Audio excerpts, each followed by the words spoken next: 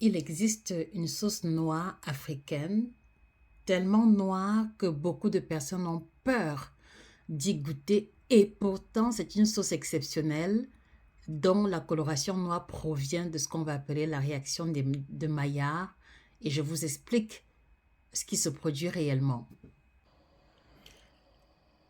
Alors en réalité, la sauce mbongo est originaire du Cameroun. Sa couleur provient de la torréfaction des épices à travers le processus qu'on va appeler la réaction de Maillard. C'est cette même réaction chimique qui crée des antioxydants dans le café, dans le pain doré, sauf que dans le mbongo, c'est un mélange de 8 à 12 épices, en tout cas la version moderne qui est autour de 8 à 12 épices qui produit cet effet. Même si on reconnaît que le mbongo originel, le mbongo traditionnel comptait parfois jusque 20-30 épices supplémentaires. Et l'épice en particulier du mbongo qui fait tout son charme et sa particularité, c'est l'épice qui apparaît à l'écran. C'est ce qu'on va appeler la maniguette de nom scientifique Afromomum elegata. Et en fait, cette épice va contenir une molécule star que j'appelle le 6-paradol, qui est un excellent anti-inflammatoire et cardioprotecteur.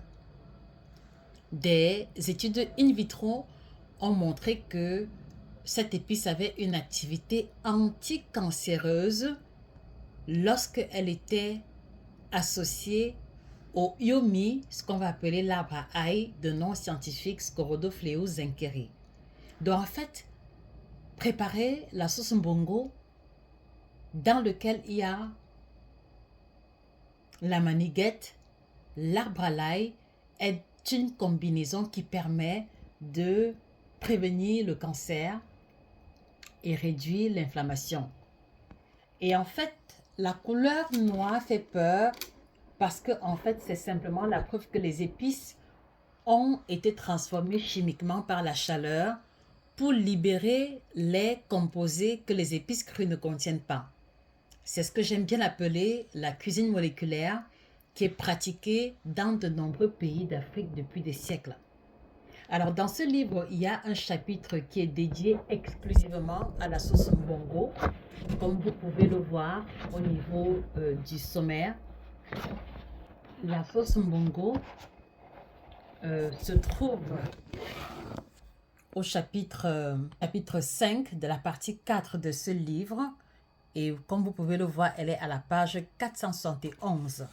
On va y aller pour que vous voyez à quoi ça ressemble. Donc voilà le chapitre dédié au mbongo.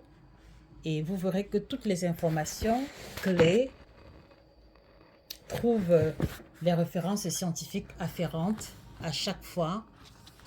Et là, on revient sur les ingrédients du mbongo. On présente également, vous avez également les vertus de la sauce mbongo et quelques recommandations pour la préparation de la sauce mbongo pour éviter des problématiques de santé. C'est l'un des chapitres de ce livre qui est développé. Donc, ce chapitre s'étend sur une dizaine de pages. La sauce mbongo est développée sur une dizaine de pages avec les contre-indications, le protocole idéal de préparation pour préserver ses propriétés actives. Et ça, vous ne le trouverez dans aucun autre livre, si ce n'est dans la Bible des condiments, sauces et épices africaines les plus prisées. L'épaisseur du livre en dit long sur son contenu et tout ce que vous voyez en couverture est le reflet de ce que vous retrouverez à l'intérieur. Je suis Josica, biochimiste, experte en nutrition tropicale depuis 2010, auteur de 19 ouvrages publiés. Ce livre existe parce qu'il n'y avait aucun autre qui présentait de manière aussi pertinente et aussi élaborée les épices et les condiments africains.